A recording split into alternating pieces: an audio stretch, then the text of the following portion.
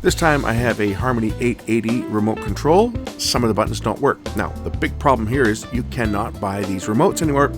You can't even program them if you've got one, because Logitech decided that they were going to kill the platform. And by kill the platform, I mean the software that you've already got on your computer. Even though you've got everything there, they will not allow you to load new code into these remotes. And for that, this company sucks. Today we're going to work on my Harmony 880. What's happened is some of the buttons on here no longer are functional. Most of them work. Like if I press off-air TV, for example, it will send the activity to turn my TV on to antenna, set the amplifier to the correct input for the sound returning from the TV, etc.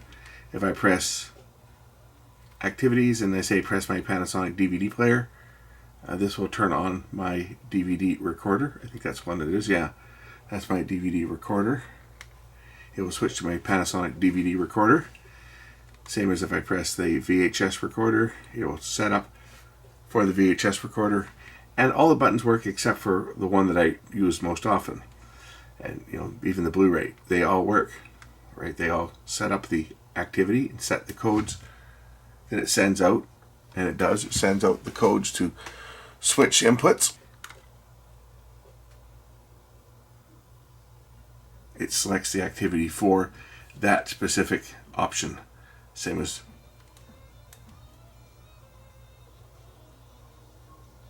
right? Selects the correct activity. The one button that I use all the time though is for my Optic TV, which is this button here, and it's becoming increasingly more difficult to get it to go down. You have to press and work at it and press it really hard. So this button here is starting to go bad. And that's what we're going to fix, because all the other buttons work on this remote. Just this one here has become really problematic to select. And that's the one that I use most often, because this unit is mostly used just to turn my system on and off. I usually use the other. I have the remote that came with my cable box, which will do the volume, and I can change inputs of the TV, although I use this for it because I can't change inputs on the amplifier. But it'll change the volume on the amplifier, it'll change channels on the TV, and even if I'm in TV mode, it'll change the actual tuner channel. This one's mostly used, I say mostly, I can use it for everything because it's obviously programmed for everything, but I use it mostly to select which input I want and to turn the system off. That's what this remote is mostly used for. And well, with that one button giving me trouble, I think it's time that we address that problem and see whether I can get that button to work. So we'll start by removing the screws and taking the unit apart. See if I could buy another remote. And actually I have another one of these. I have an identical remote to this that was given to me, but the problem is it's not programmed for my system. And I can't program it for my system because Logitech, those bastards, killed the Harmony remote system. So even though I've got the software on my computer and I can log into the panel and log into here, I cannot make changes. And they've got a big notice saying, sorry, you can continue to use your remote control for devices that are programmed onto it, but you cannot change it. So in other words, if my TV breaks, I have to find another Samsung. If my amplifier breaks, I have to find another Onkyo that has the same inputs. And I can't change cable boxes because, again, I won't be able to program it. So yeah, it's kind of screwed when they do that, when the companies pull crap like that. And I hope people send these companies messages when they do it, like not buy their products.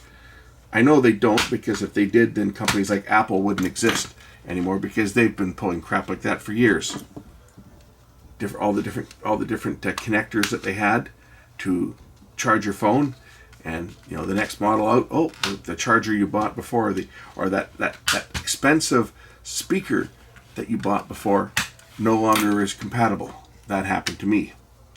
That happened to me with my iPod Touch, iPod 3 Touch. Was they changed the connector? I bought an iPod 3, and the only Apple product I own is an iPod 3 Touch, and it's got 32 gig built in. And I bought the docking station. It's one with the wide connector. I bought a set of speakers for it, and they were not cheap speakers. It was a Sony speaker, but it was not cheap.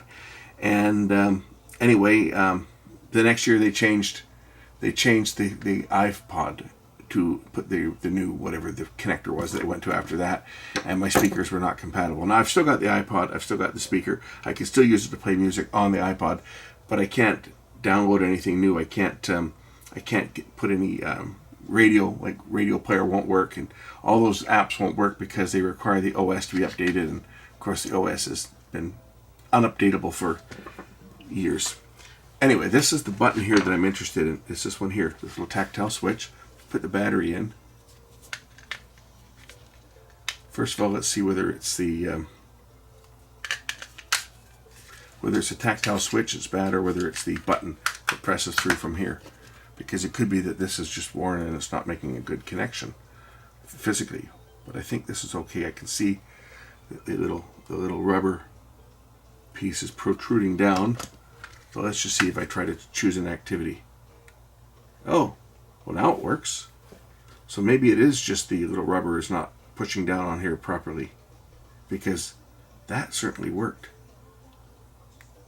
That one works too. And I'm not pressing very hard, so maybe it's the little rubber piece on here is just not making a good connection. Let's go back here and just tap this again. You see, that part works. So I think what's happened is the little rubber button here has flattened out on top, and it's not making a good solid connection when you push the button down. Let's take a close-up look at this. I think it's going to be the plastic. And as I thought, I don't know, it doesn't look like it's bad, but I don't know, it might be. I think what I'm going to do is I'm going to put a little tiny drop of this light cured cement, blue, Bondic. We're going to put a tiny little drop right on top of this, or maybe even right on top of the button. That might make more sense. Just put the tiniest little drop right on top of this button here, so that it will press it. Get a little like that, and then we'll turn on the light, the UV light, to cure it.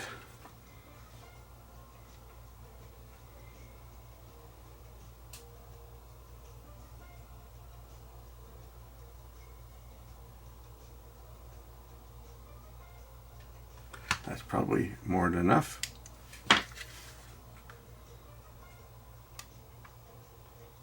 We'll switch modes here.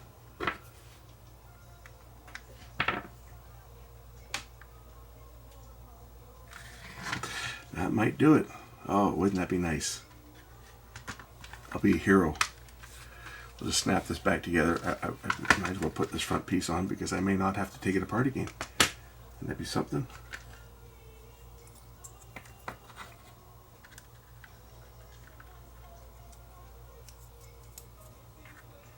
Goes on like that.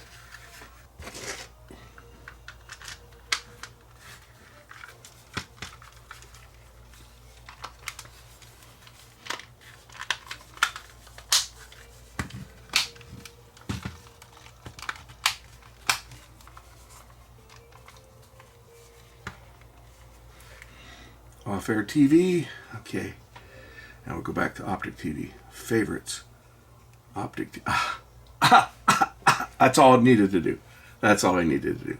Far out. Amazon Prime. Yeah, that works. Optic TV. There you go. That's it. I'm looking a little blue today. Am I looking blue to you, or is it just my monitor?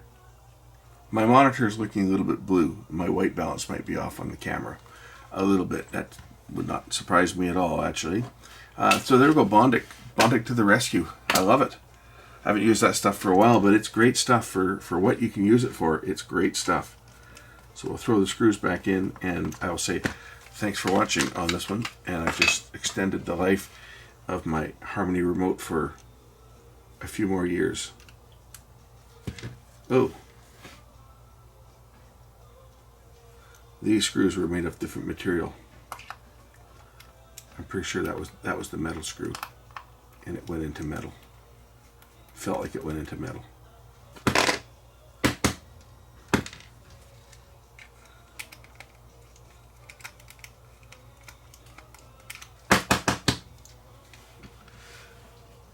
Focus. No, I guess they're the same. I thought it was a metal screw, but it's a plastic screw. Okay. I was just making sure that I wasn't threading something in where it wasn't supposed to go.